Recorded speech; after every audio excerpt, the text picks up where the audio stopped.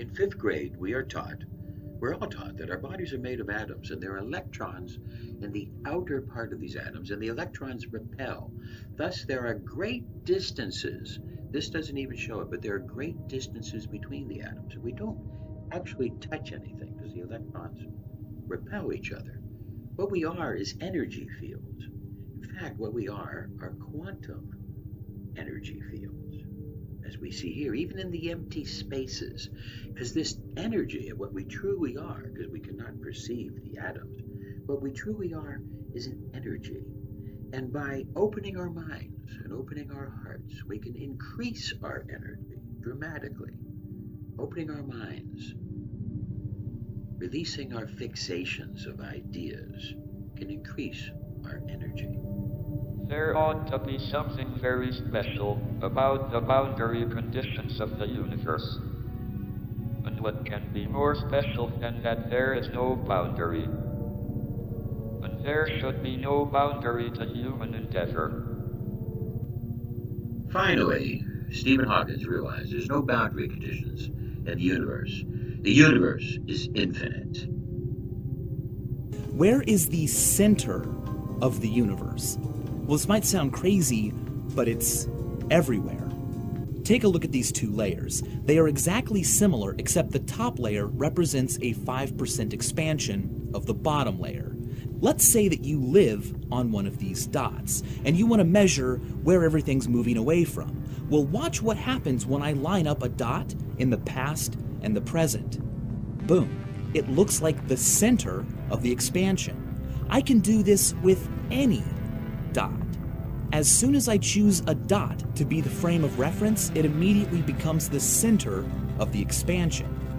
No matter where you are or who you are or what your friends or your parents tell you, you really scientifically are the center of the universe.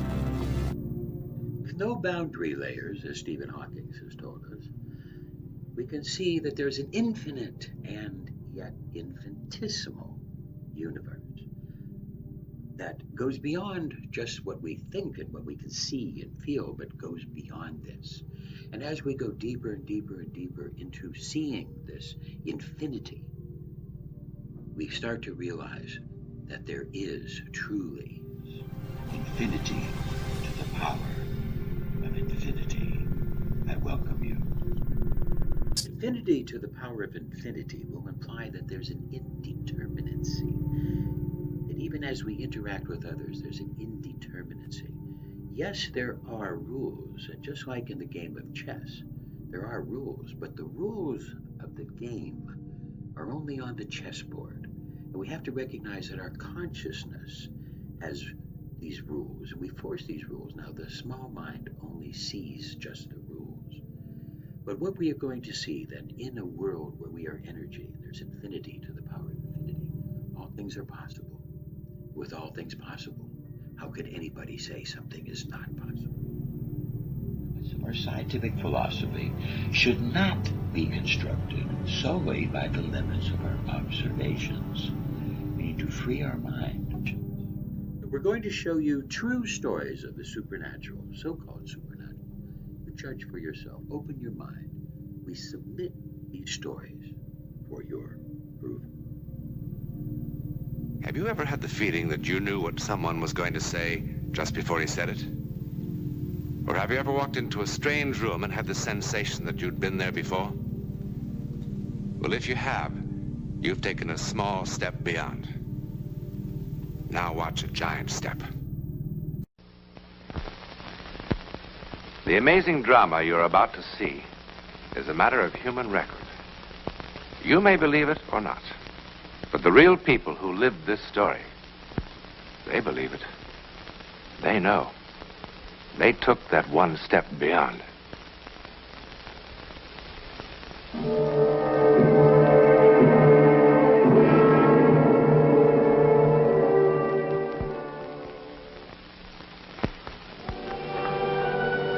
It can, of course, happen anywhere. That brief encounter with something never to be entirely explained. It's happening now, here in Memorial Hospital. It's very late and most of the patients are asleep. Most of the staff is off duty. and most of the lights are out. But the lights never go out here on the 5th floor. For here, 24 hours a day, life begins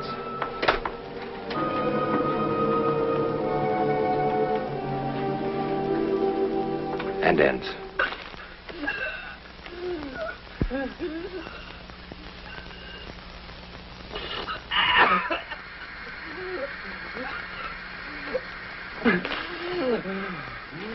I'm afraid we'll have to ask you to leave now, Mr. Barryman. I thought we didn't have regular visiting hours on this floor. Well, we don't, but your doctor feels that... Anyway. Mr. Berryman is from the press. It's a long time since I've talked to a gentleman of the press. Mr. Watson, we don't want you to talk and thrash around and get excited. All right. Now sit down. But maybe I should go. Nonsense. I'm a dying man. That gives me some rights around here. Now sit down. You have 5 minutes, Mr. Barryman.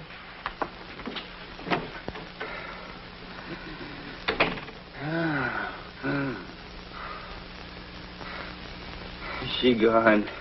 Yeah. Good.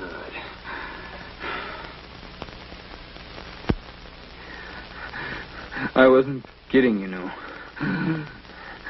I'm down pretty close to the end of the string. Oh, I don't know about that. I do. Well, what paper did you say you were from? Chronicle. I do feature stuff. And when they told you Ronnie Watson was about to pop off in Memorial and wanted to drop by and do a piece on him, what did you say? Now, I want the truth. Well, You tell me the truth. I said, who the blazes is Ronnie Watson? Thank you. I knew that. You don't look like a horse player. Did they tell you about me, I mean? All of it? Did they tell you one year I rode 345 winners? And that time I made $400,000 in stakes in 3 weeks. And the time I made $1 million in 3 months. They told me. Did they tell you about that time in California? Look, Mr. Watson, I think you better take it easy. No. I'm all right.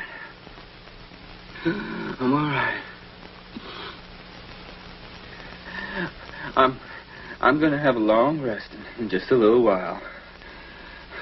And before that, I gotta find someone who'll believe me. Believe you? About what? Nobody ever has. Sam said no one ever would. But somebody's gotta believe me. Someone's just got to believe me. Well, I think I better get the nurse. No. I'll be good. Please sit down. Please.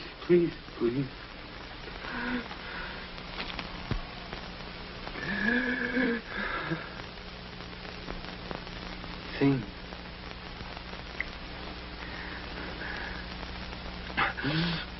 Sam Berry was one of the greatest jockeys who ever lived. He was my friend. I was only 20 years old, and I was the scaredest young jockey on that Ohio wheel. Outside of Sam, there was only one person in the whole world I really care about. It was a girl named Rita. I thought she was quite a girl. Thought you were my girl.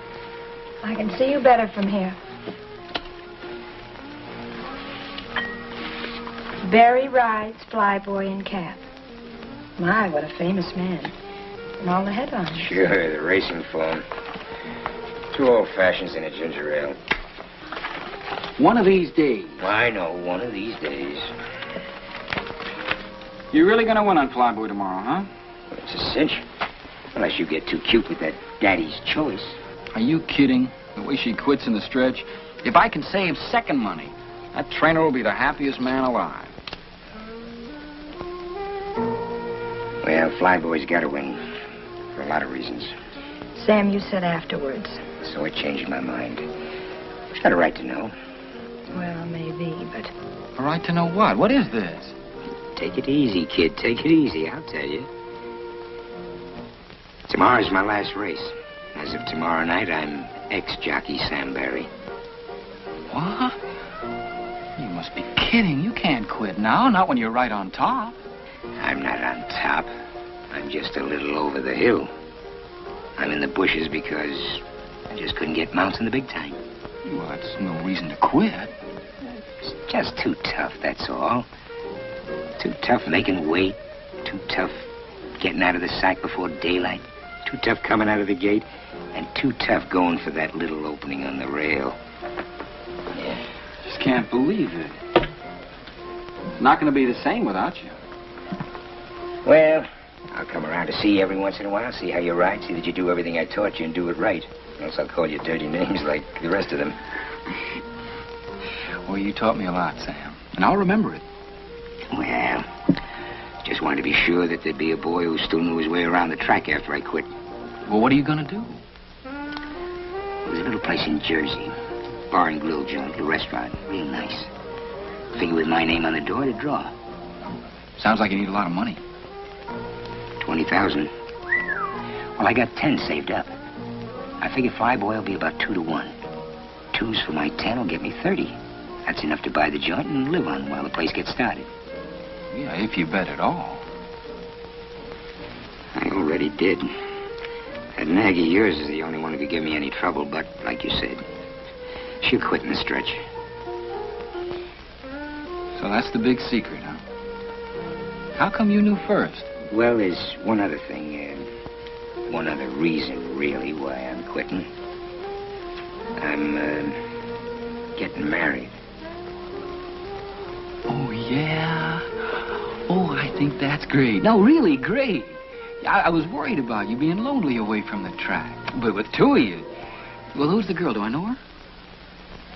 Yeah, you know her. Well, what's the matter? Come on, who is she? Me.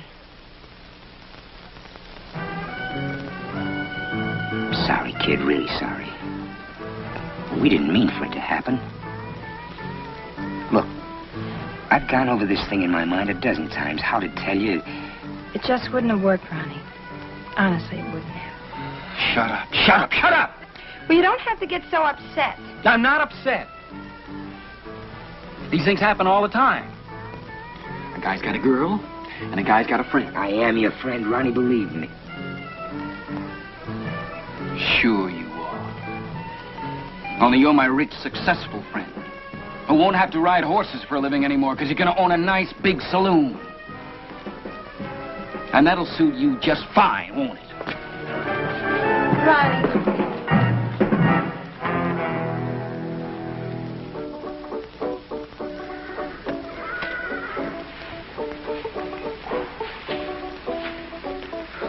Lying awake all night hadn't cooled me off one bit. I kept hearing Rita saying it wouldn't work with us. It would have worked fine if I'd had some of Sam's money. Sam Barry, favored to win on Flyboy. Sam, my friend. My good friend.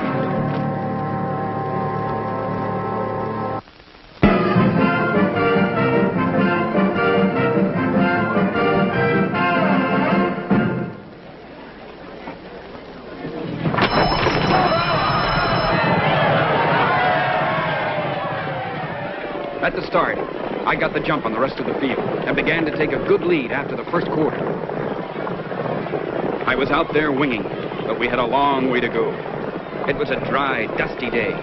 Behind me, there was a cloud of dust. I knew that somewhere in it was Sam Barry waiting to make his move.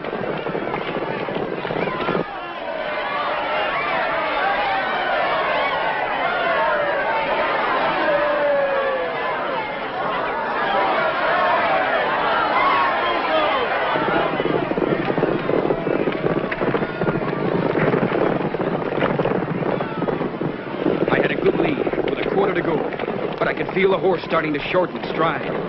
I went to the whip at the top of the stretch, but he bore out. I could hear something coming on the inside. I didn't have to look to know it was Sam Barry on Flyboy. And then I saw him begin to make his move on the inside. I still had a strong lead, but Sam on Flyboy was coming at me fast.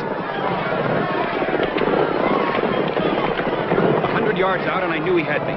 He yelled something at me. I didn't hear what he yelled. All I heard was him telling me how Rita and he hadn't meant to fall in love. What I did was wrong, I know it.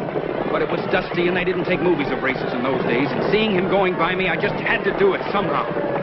I never even thought of doing it. I just did it. Grabbed his saddle cloth, threw his horse off stride. It worked perfectly, and Sam ate my dust as we went across the finish line.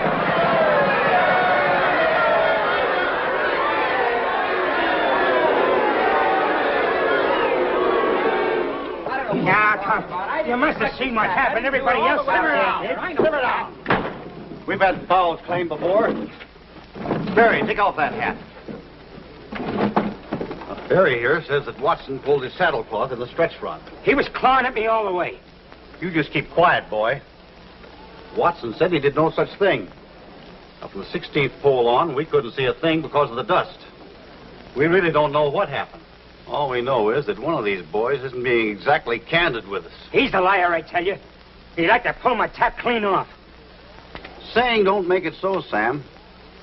But I see it this way. Both of these boys have got clean records, but Barry's been around a lot longer. I'd be inclined to take his word for it. Against mine with no proof? This isn't exactly a court of law, boy. And something did cause that horse to break stride. I'd vote to take the winner down and put Flyboy first. After all, what reason would Barry have to lie to us? You ask him how much money he's got bet on the race. He's got plenty of reasons. He's got $10,000 worth of reasons. How about that, Barry? Well, that's my business. That's right. You don't have to tell us. We don't have to change those numbers around either. All right. I made a bet, a big one. I made the mistake of telling this louse about it, and he figured that gave him the right to foul me. Because nobody would believe me. You're not going to let him get away with it. Objection is not allowed. Winner stands as is. No! No, no! You dirty double-crosser. You liar scum! I hope you and Rita have a nice honeymoon, Sam. You just wait, kid. Just you wait. Someday it'll happen to you. Someday you'll be telling the truth, and they won't believe you. They won't believe you.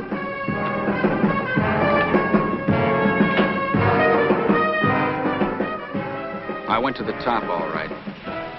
After 10 years, I was right up there, including the penthouse. Thanks, Mr. Watson. Ronnie, you were great. I tell you, kid, you were absolutely sensational. Yeah, thanks a lot. You fellas don't mind if I open the windows now, do you? Look, will you be kind of careful when you take the cameras out? You know, this nice furniture here costs a lot of money. Thanks a lot. Walt, do me a favor, will you? If you get a chance, don't get me another one of these things, huh? What's the matter with you, kid? Are you nuts? You know the kind of people he usually interviews? Movie stars, big-shot politicians, scientists. You know what a break this is for a jockey? Look at my hands, Walt. They weren't this bad the first day I won the Derby. Well, I must admit, I was a little shaky myself.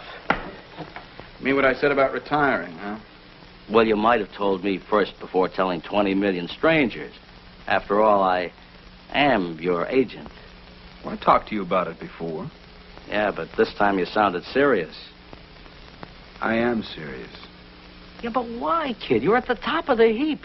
Well, the whole thing is just, well, it's simply crazy. Walt, you remember a fella named Sam Barry? Sam Barry, sure. He was a pretty good boy. He was the best. You want a blast? Yeah, I'll have a blast. Make it bourbon. And you stick with the ginger ale. I know. Anyway, Sam talked to me once about getting out in time. Yeah? Well, he should have taken his own advice. I just read somewhere a short time ago he was riding jumpers down at some crummy track in South America. Imagine an old man like that, probably working for $10 a race and a place to sleep. Well, something happened to change Sam's plans. Nothing's going to change mine. Ronnie, would you mind telling me why? I'm tired. It's that simple. I want to take it easy. I want to sleep late. I'd like to drink what you drink, only I can't do it and make weight. Okay, kid. Anything you say. I can't make a man keep on riding when he wants to quit. The only thing is, can you afford to quit? I've just about got it made. Not on the fees, you haven't.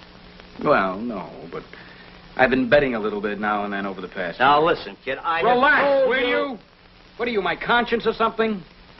Anyhow, I didn't pull any horses. I just bet on what I thought was surefire winners. Horses I was riding. Ones like Miss Sunshine tomorrow. Miss Sunshine? Oh, that's a little filly out in California I told you about, and you said no. That's right. And when I did, the odds lengthened out. So today, some clown out in Chicago that makes a house line hung out 4-1. And another clown took the odds. Me. Suppose they've got another boy signed to ride her. I checked. They haven't. Look, Ronnie, it's 11 o'clock now. You mean to say that you're going to be riding tomorrow afternoon in California? It's only 8 o'clock in California, Walt. Now, there's a sleeper plane out of here in an hour and a half. It can be 5 hours late, and I still make the race. Oh, by the way, what's the name of the fellow I'm riding for? Bear. Tex Bear. Look, Ronnie, I wish you wouldn't do this, kid. It's just crazy. Will you wire Tex Bear and care of the stables at Capistrano Park, and you tell him I'm on my way? And Walt, don't worry about it, will you? Remember, we're living in an age of speed.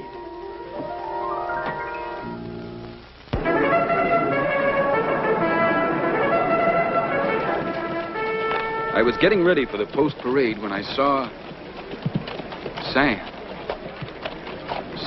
Barry. I couldn't believe it at first. He was too old. But why not? I remembered hearing of jocks in Europe who'd ridden in their 60s and won. It was Sam, all right. Sitting straight up in the saddle the way he always did in the post-parade. Sam Barry, riding a little black horse with 4 white feet. I wanted to talk to him, but I figured time enough after the race.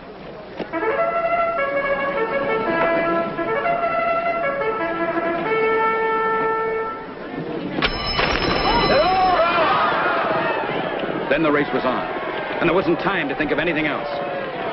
It went just the way the trainer and I planned. I kept my horse in contention.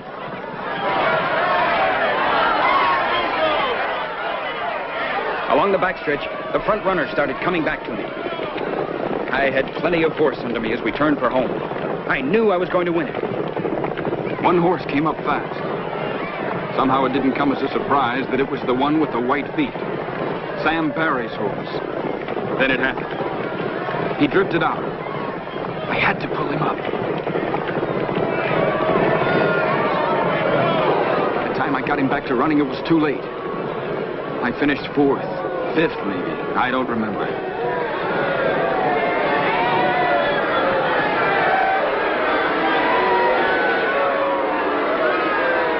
I told them what had happened.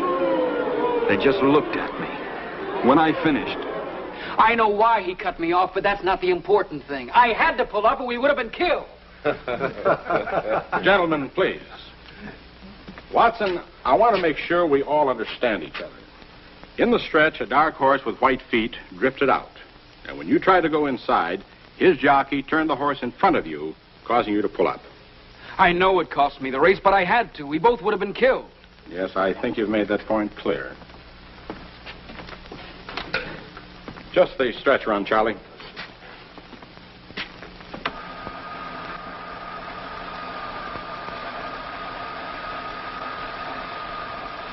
This is the race you just rode, Watson. You see yourself there on Miss Sunshine taking the lead at the top of the stretch. There wasn't any other horse in front of you. Something's wrong. Now there, see? You drift out a little. I had to. There must be some mistake. That's enough. All right, Watson, let's stop kidding ourselves. We've all had our little joke. There wasn't any horse with 4 white feet in this race.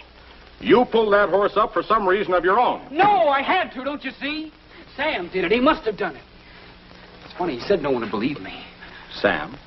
The other jockey was Sam Barry. Sam Barry? Have you lost your mind? I'd know him, wouldn't I? He used to be my best friend. Watson, what's the matter with you? There was an item about him in today's form. He came a long way to cut you off in today's race. What do you mean? Sam Barry was killed in a steeplechase in Uruguay yesterday on a horse called Patas Blancas. White feet. No. No!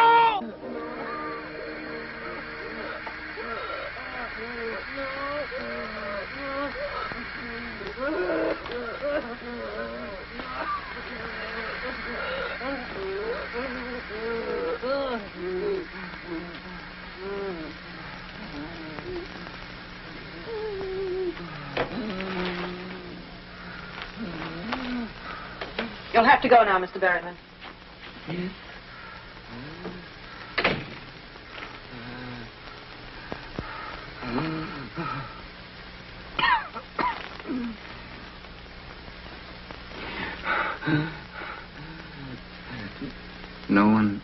No one has ever believed me. Now, I gotta know. Do you?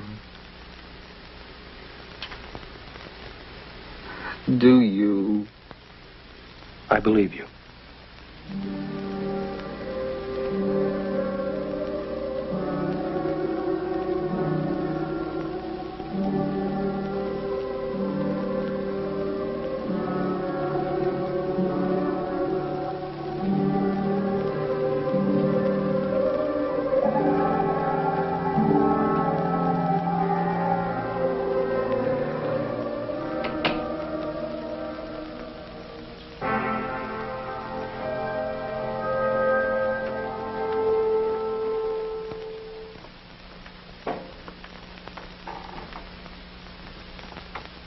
Ronnie Watson is dying. Tomorrow, chemists and laboratory technicians will explore the physical reasons for his death. They will answer many things, but by no means all. For who in all the world could possibly explain vengeance that reaches beyond the grave? Guilt and negative emotions can build up inside.